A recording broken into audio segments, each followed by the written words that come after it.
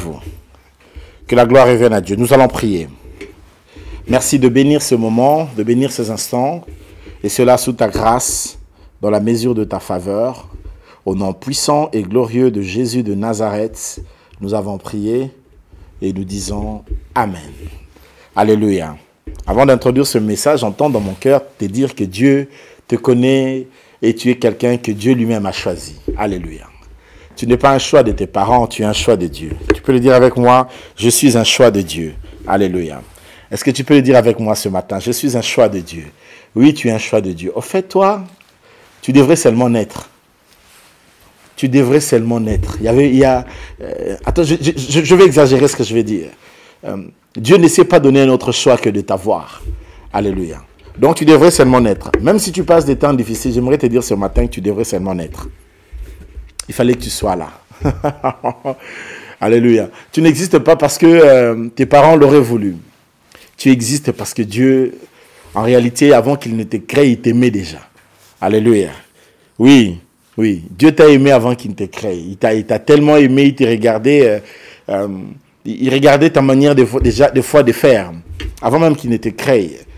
Et à un moment, il s'est décidé, il a dit non, je dois l'avoir. Alléluia. Tu es quelqu'un d'important. Tu es une personne très importante. Alléluia. Donne-toi, non pas de la valeur que les hommes te donnent, mais donne-toi d'abord de la valeur que le Seigneur te donne. Alléluia. Tu as du prix à ses yeux et tu comptes. Tu n'es pas n'importe qui. Alléluia. Tu es quelqu'un qui a coûté cher à Dieu. La Bible parlant du sang de Jésus, on parle du sang précieux. Alléluia. Ce sang-là est précieux. Dieu a donné pour te racheter un sang qui est précieux. Tu as été racheté à un prix précieux. Alléluia. Et imaginez tous les prophètes, tout. Même quand on aurait donné à Dieu tous les animaux, ça n'a pas suffi. Ça n'arrivait pas à me sauver. Ça n'arrivait pas à te sauver. Parce que tu étais tellement précieux que les sangs de bouc n'arrivaient pas à te racheter. Tu coûtais très cher. Alléluia. Alléluia. Tu as coûté très cher à Dieu. Tu as coûté très cher au Seigneur. Et tu es quelqu'un pour qui Dieu ne peut pas se permettre que qui que ce soit, que quoi que ce soit ne puisse t'arriver. Non, en ce qui te concerne, Dieu ne dort pas. La seule raison pour laquelle Dieu ne dort pas, c'est parce qu'il doit veiller sur toi. Alléluia. Quand la Bible dit, il ne dort ni ne somnole, parce qu'il t'aime tellement qu'il n'arrive pas à avoir sommeil. Il t'aime tellement qu'il est là en train de te regarder. Alléluia. Et oui, Dieu t'aime. Alléluia. Un jour, lisez le psaume 139, vous allez vous rendre compte comment il dit, il nous entoure. Il nous entoure du dedans et du dehors. Dieu nous entoure du dedans à l'intérieur de nous. Là, à moi là, il m'a entouré à l'intérieur et il nous entoure de l'extérieur, du dedans et du dehors. Partout. Il nous a couverts. Il nous a remplis. Il nous a inondés. Et il nous a aimés. Son nom c'est Jésus. Alléluia. On peut acclamer pour la gloire du Seigneur. Que Dieu vous bénisse. Ce matin, nous allons aller jusqu'à clôturer ce que nous avons commencé il y a quelques jours. Nous avons pas mal évolué dans les chapitres des choses que nous avions parlé depuis quelques instants. Alléluia. Et je crois que Dieu va te faire grâce ce matin dans sa parole. Et nous avions lu pendant toute la semaine Samuel chapitre 25. Je ne vais pas le relire ici au vu du temps. Qui nous a parlé de l'histoire de Nabal, d'Abigaël et de David. David qui avait fait tant du bien à Nabal. Et en retour, quand il fallait que Nabal lui renvoie l'ascenseur, Nabal a refusé de lui envoyer l'ascenseur. Et donc David était décidé dans 1 Samuel chapitre 25 d'aller en finir. Évidemment, avec Nabal. Et en chemin pour aller en finir avec Nabal, David a rencontré sa femme qui s'appelait Abigaël, qui veut dire les joies de l'Éternel, quelque chose comme ça, le père des joies, le père de réjouissance. Et Abigaël va empêcher David d'aller ravager la maison de son mari, etc.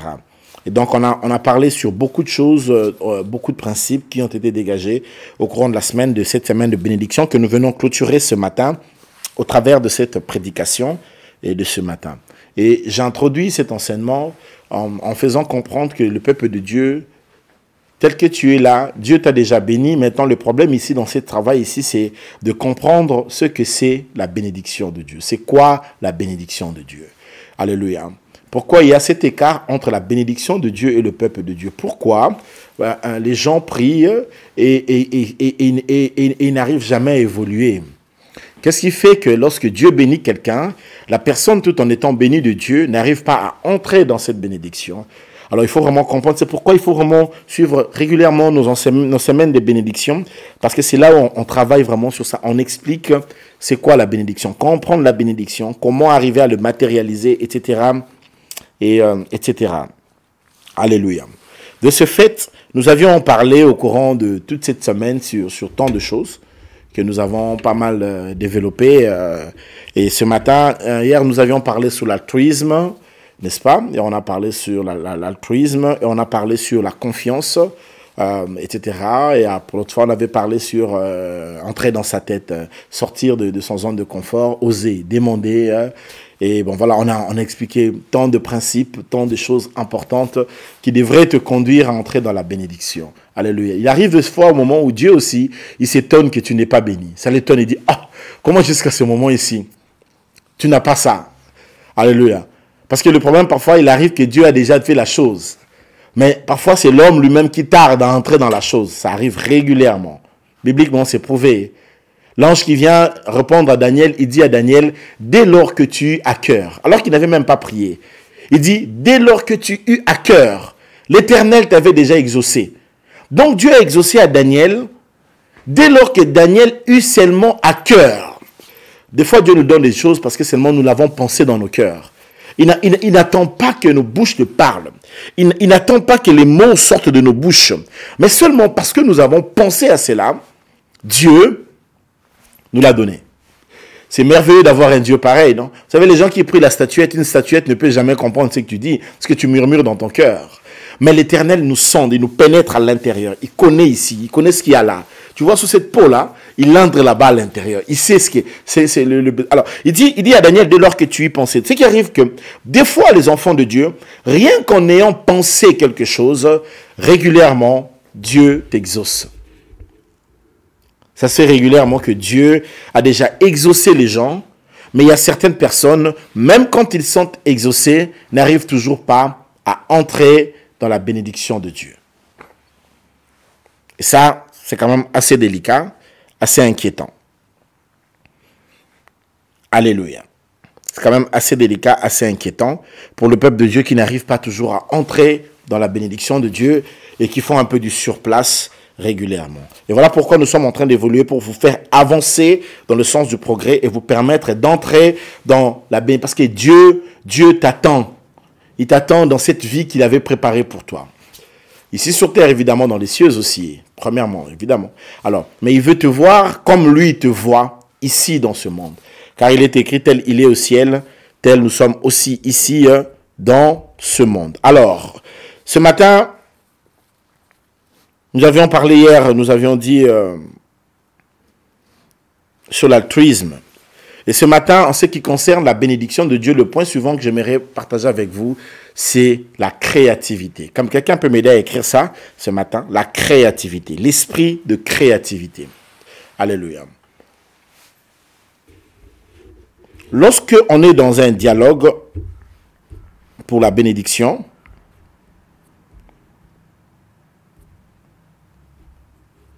la créativité reste quelque chose de très puissant, de très fort et de très important.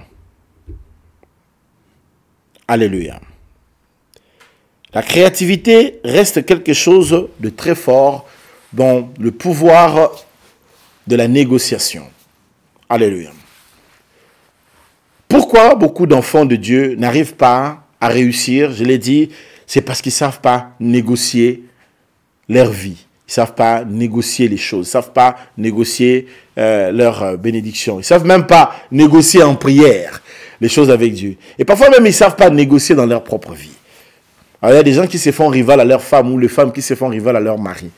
Quand les gens sont ensemble, au lieu de faire une force, au lieu de conjuguer ensemble pour défier les montagnes et par la grâce de Dieu dans la prière, les gens se mettent ensemble pour des invectives. Tu vois, ils vont faire une semaine, 2 mois, 3 mois. Alors, je connais un couple et qui ont fait presque une année. Ils ne se parlent même pas. Ils se saluent à peine. Ils se regardent à peine. Alléluia. Ils ne se sourient pas. Voilà. Au lieu d'être ensemble pour affronter la vie a beaucoup des aléas, beaucoup de défis. Dieu vous met ensemble. Dieu vous donne des enfants. Affrontez la vie. Allez avec l'audace, conjuguer ensemble pour transporter et déplacer les montagnes.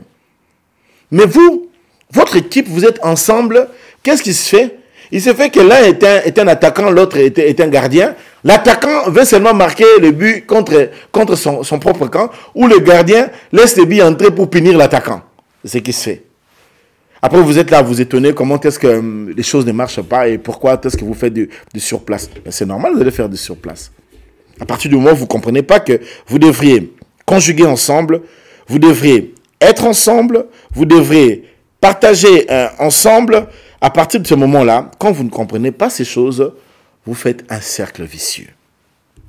Voilà la raison pour laquelle la plupart des gens dans la vie n'arrivent pas à émerger, n'arrivent pas à avancer. Alléluia. Maintenant, étudiez bien ce que fait Abigail.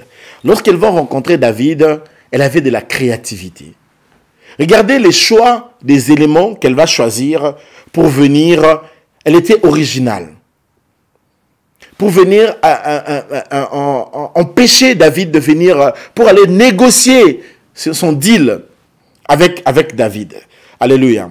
Dans la vie, lorsque quelqu'un a de la créativité, lorsque quelqu'un a un esprit qui est fertile, cette personne-là est appelée à réussir à aller de l'avant. La plus grande richesse d'une personne ne se trouve pas dans son compte bancaire. Ça se trouve ici dans sa tête. C'est ici. La richesse d'un homme, c'est ici. Ce n'est pas d'abord le papier. C'est très dangereux dans la vie d'épouser un homme comme une femme qui n'a que de l'argent comme vertu, qui ne comprend rien à ici. Tout commence ici. C'est lui qui est créatif. Cette personne qui est créative, la personne créative va produire. Mais une personne qui n'est pas créative ne pourra pas produire. Il y a d'autres gens qui sont des créateurs, il y a des autres personnes qui sont des consommateurs. Je ne sais pas, tu te mets de quel côté. Soit tu es une personne qui crée. Alléluia. Pour faire avancer chaque négociation, il faut être original, il faut avoir de l'initiative, il faut avoir de la créativité. C'est la créativité qui donne un peu une sorte de piment, quoi, qui donne un peu la saveur à la négociation. Et même pour négocier ta vie, pour négocier quoi que ce soit, il faut être créatif. Dans chaque domaine, apprends à être créatif, à être créative. Dans chaque domaine de la vie. Quand tu sais être créatif, ça veut dire tu sais réfléchir, tu sais faire travailler ta tête, dans chaque domaine, tu verras que ça va mieux marcher. En ce qui concerne tous les compartiments de ta vie, en commençant par ton travail, ta carrière, en descendant dans ta famille, dans tes enfants, ta femme, et dans chaque chose, réfléchis. Sois créatif. Des fois, nous avons une paresse intellectuelle, quoi. Nous faisons un effort pour ne pas réfléchir. Nous ne voulons pas réfléchir parfois.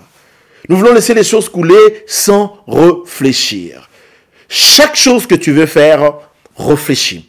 Réfléchir sur la chose, ça veut dire prendre le temps d'investir pour dire comment je peux rendre ceci meilleur. Ça veut dire rechercher l'excellence dans chaque chose.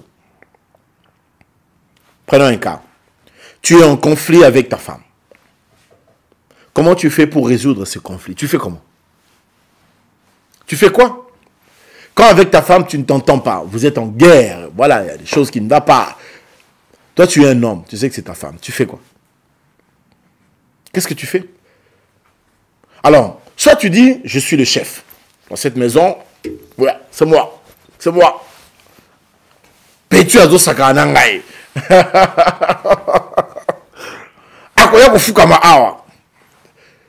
Et là, tu es bas. Là, tu n'as pas de niveau. Soit tu prends de la hauteur Tu prends le devant. Tu sais qu'elle a tort. Elle sait aussi qu'elle a tort. Tu es inventif, tu es créatif. Tu lui fais un cadeau, par exemple, alors qu'elle a tort. Alors qu'elle attend que tu viennes la sermonner, que tu viennes la tirer les oreilles. Lorsque tu viens comme ça, au lieu de la tirer les oreilles, tu lui fais un cadeau. Tu lui dis, écoute, ça arrive aux hommes de faire aussi parfois des erreurs. Je ne suis pas en colère contre toi. Voici, j'ai acheté ceci pour toi. Tu vois que là, c'est de la hauteur. Soit tu prends de la hauteur, soit tu tombes en bassesse. Négociation, créativité. Alléluia. Dans chaque chose, il faut réfléchir. Comment être créatif vis-à-vis de ton mari? Tu veux qu'il change en quelque chose. Alors, je me souviens de cette sœur qui m'avait posé la question que son mari mange mal à table. Et lorsqu'il mange chez les gens, quand il se met à table, il mange. Elle me dit, comment je peux faire? Alléluia. Il fallait être créative pour essayer de l'aider. Parce que tu te rends compte que tu dises comme ça que non, quand nous étions à table, la fois passée à la maison là-bas, chez les parents, toi tu mangeais mal. Mais on les a guerres. Il n'ira plus chez tes parents. Parce qu'il va dire que, ah bon, ta maman t'a dit ça. Donc c'est ton père qui t'a dit ça. Hein? Parce qu'après il y a des hommes, mais l'amour comprenant. Il va te créer une incompréhension pas possible. Non mais j'ai remarqué que tu manges mal. Tu n'es pas créatif. Négocier, c'est avoir de la créativité dans chaque chose que tu es en train de faire. Et c'est ça aussi qu'on appelle de l'argent, être créatif. L'argent est une idée avant d'être un papier. C'est une idée qu'on va transformer en papier. Alléluia. C'est d'abord une idée. Voilà pourquoi tu peux partir de rien. Mais quand tu as une idée, l'idée peut produire. Alléluia. Voilà pourquoi tu peux résoudre tant de difficultés que tu as dans la vie simplement parce que tu sais négocier. Parce que tu sais parler. Parce que tu peux t'ouvrir aussi certaines opportunités, certains horizons, certaines, comment je peux dire, certaines choses dans la vie en bien, ça peut t'arriver simplement parce que tu négocies bien les choses. Ne prenez pas à la légère le chapitre que nous parlons ici en ce qui concerne la bénédiction sur la négociation. Parce que si des fois tu te dis, je n'ai pas ceci, je n'ai pas cela, c'est parce que tu négocies ça très, très mal. Alléluia. Dieu lui-même dit qu'on négocie mal chez lui. Comment ça? Il dit, vous priez, vous n'êtes pas exaucé parce que vous priez mal. Donc ça veut dire qu'on vient mal négocier. Même cette prière qu'on vient faire pour avoir quelque chose, on la fait mal, on prie mal. Mais quand quelqu'un prie mal, Dieu n'exauce pas une mauvaise prière.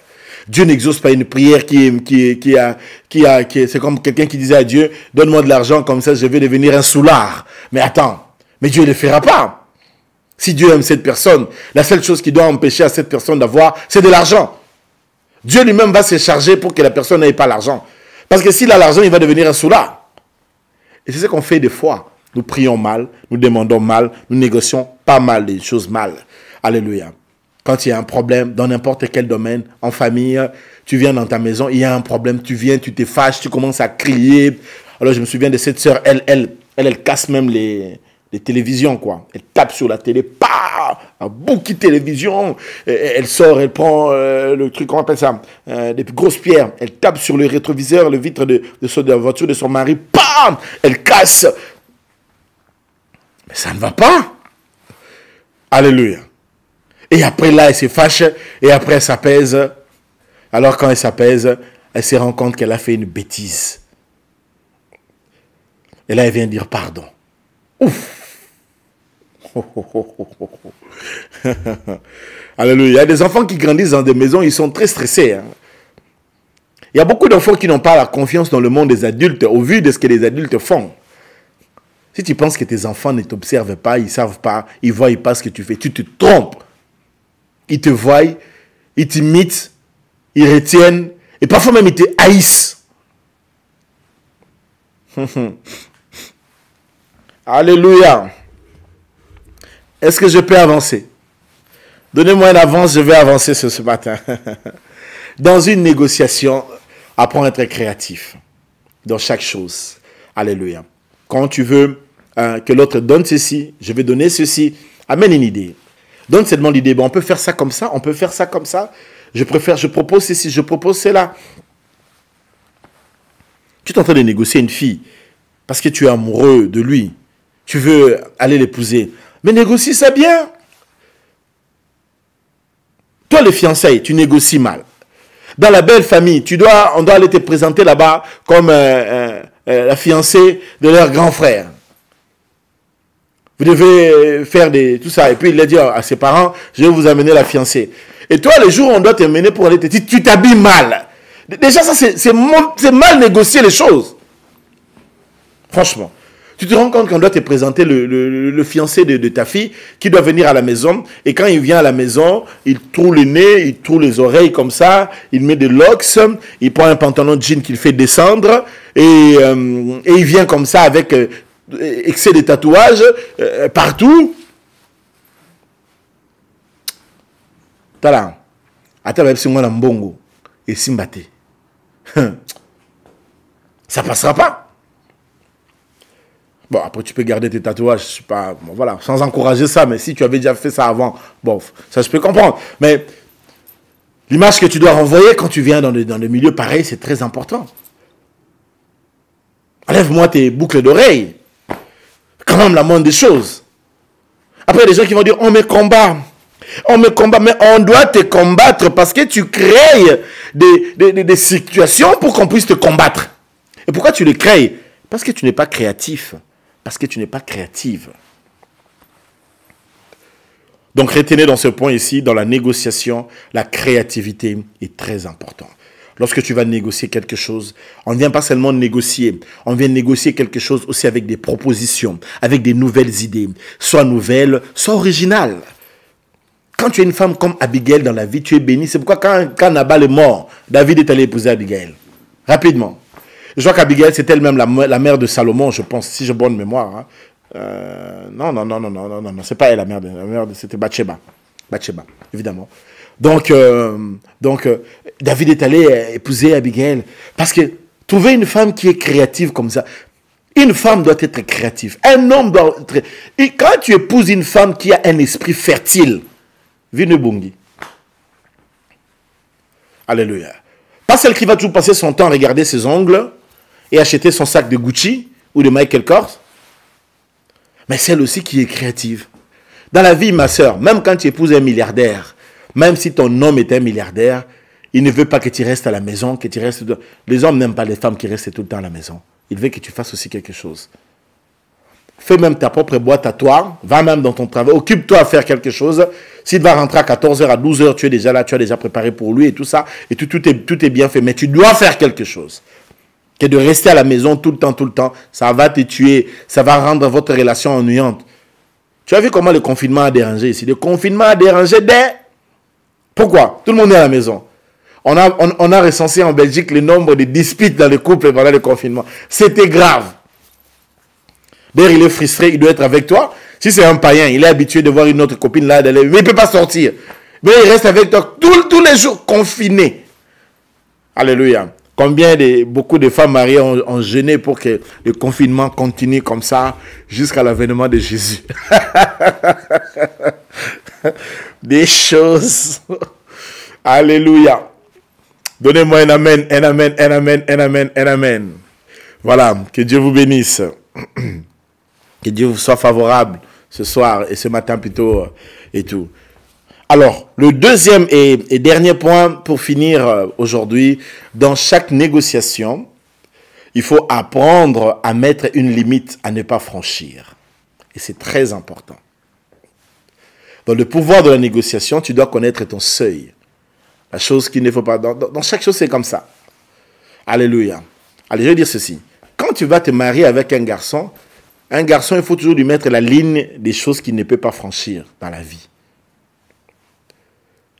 Parce que si tu ne lui donnes pas la limitation dès le départ, là, dans les fiançailles, donc ça veut dire qu'il va sombrer dans le libertinage. Il faut que ça soit très bien inscrit dans la tête de ton fiancé, de ton futur mari. Il faut que ça soit bien inscrit que les jours où tu fais ça, c'est l'autoroute. Et c'est très important. Et même quand tu vas épouser une femme, toi une femme, quand tu épouses un homme, même s'il ne te le dit pas, tu dois savoir que l'homme que j'épouse ici, si j'ose faire telle chose, il ne me pardonnera pas. Toi-même, tu dois le savoir que là, c'est la limite. Dans chaque chose, il y a une limite à ne pas franchir. Même dans le pouvoir de la négociation, il y a une limite à ne pas franchir. Il y a d'autres choses qu'il ne faut pas déborder. Alléluia. Lorsqu'on ne délimite pas les choses, les gens vont sombrer dans le libertinage. Les gens vont sombrer dans tout et dans n'importe quoi. Les gens vont se permettre de se comporter de n'importe quelle manière. Et vous savez pourquoi? Simplement parce qu'il n'y a pas de limite. Dans chaque chose, la limite est très, très importante. Alléluia. Alléluia. Il ne faut pas exagérer. Vous êtes des fiancés, il y a des limites dans les fiançailles. Dans les fiançailles chrétiens, il y a des limites. Comment vous pouvez être fiancé? Vous avez déjà avorté 3 fois. Ça, c'est quelle fiançaille? Alléluia. Mais ça, c'est un fiançailles dangereux. L'impudicité a toujours détruit les fiançailles des chrétiens. Toujours. Si vous vous mettez à pécher, ce fiançailles-là va mourir. Je vous le dis. Tu veux oser? Vas-y. Couche avec elle. Votre relation ne va pas avancer. Ça va finir en chemin. Alléluia. Non, non, donnez-moi un amen, donnez-moi un amen. Je vous dis la vérité, frère. Tu vois, beaucoup de gens sont entrés dans le mariage en ayant consommé le mariage avant, et à l'intérieur, ça peut devenir très compliqué. Les fiançailles ne doivent pas être les moments de tout se permettre. Au contraire, de mettre une limitation. C'est ce genre de limitations qui vont vous suivre même après le mariage. Là où il n'y avait pas eu de limitation avant, il n'y aura pas de limitation après. Comme vous avez appris à avorter avant, lorsque vous allez entrer dans le mariage, ce gars-là, il va se permettre de faire tout et n'importe quoi. Bobanda qui m'a bé. Tu as voulu les raccourcis? Eh bien, les raccourcis raccourcissent des choses.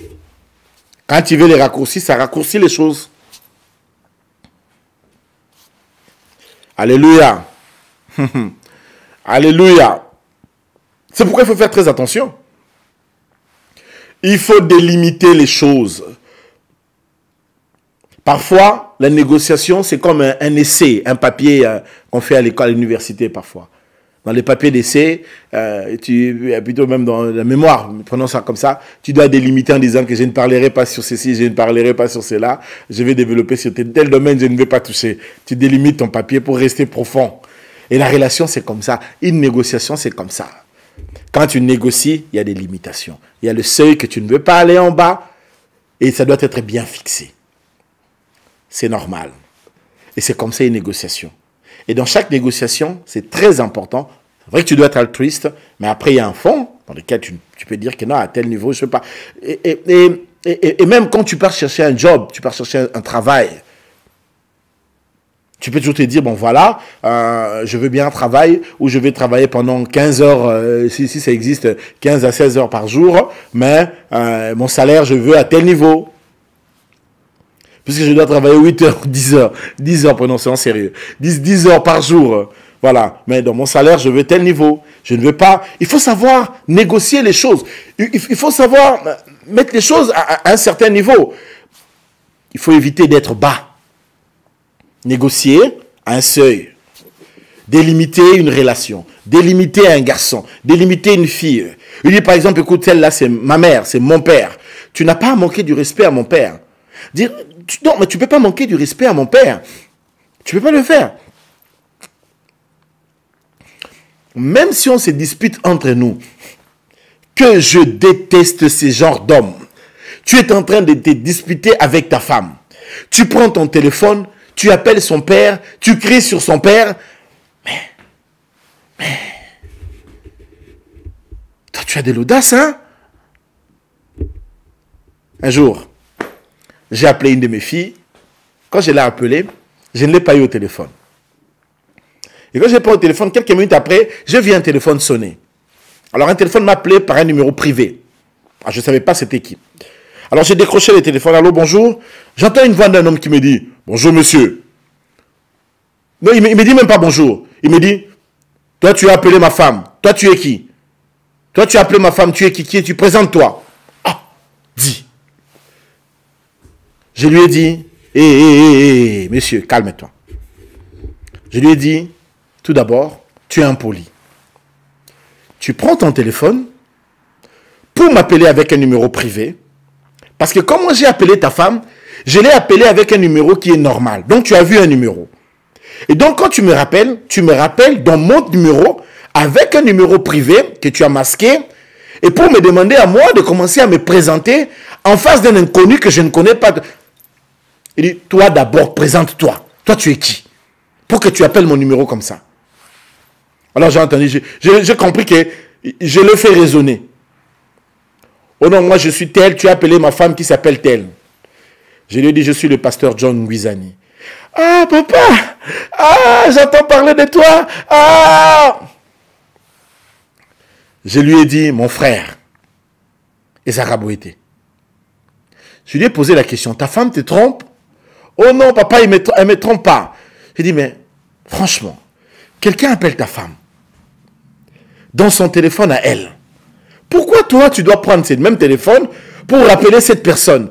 Quelle est l'image que cette personne aura de ta femme? C'est que cette femme-là te trompe. Oh non, elle me trompe pas. J'ai dit, non, elle te trompe. Dis-moi la vérité. Non, papa, elle me trompe pas. Tu sais, moi, je suis seulement jaloux et tout ça. Dit, non, frère. Je donne un conseil, respecte-la.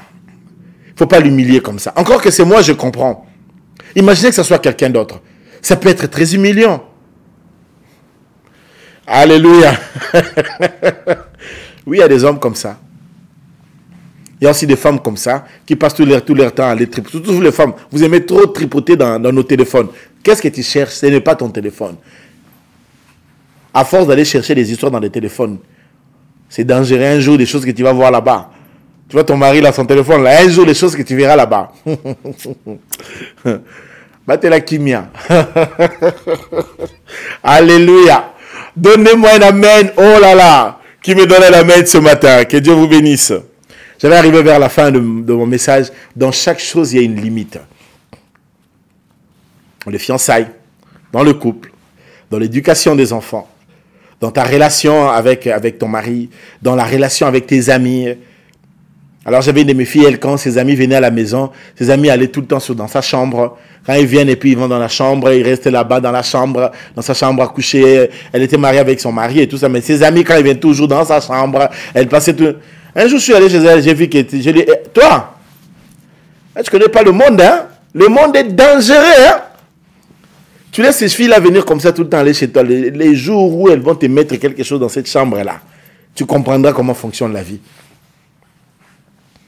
Alléluia. Parce que dans chaque chose, il y a des limites. Il faut savoir limiter les choses. Il faut toujours se dire qu'à tel niveau, je n'avance pas. Alléluia.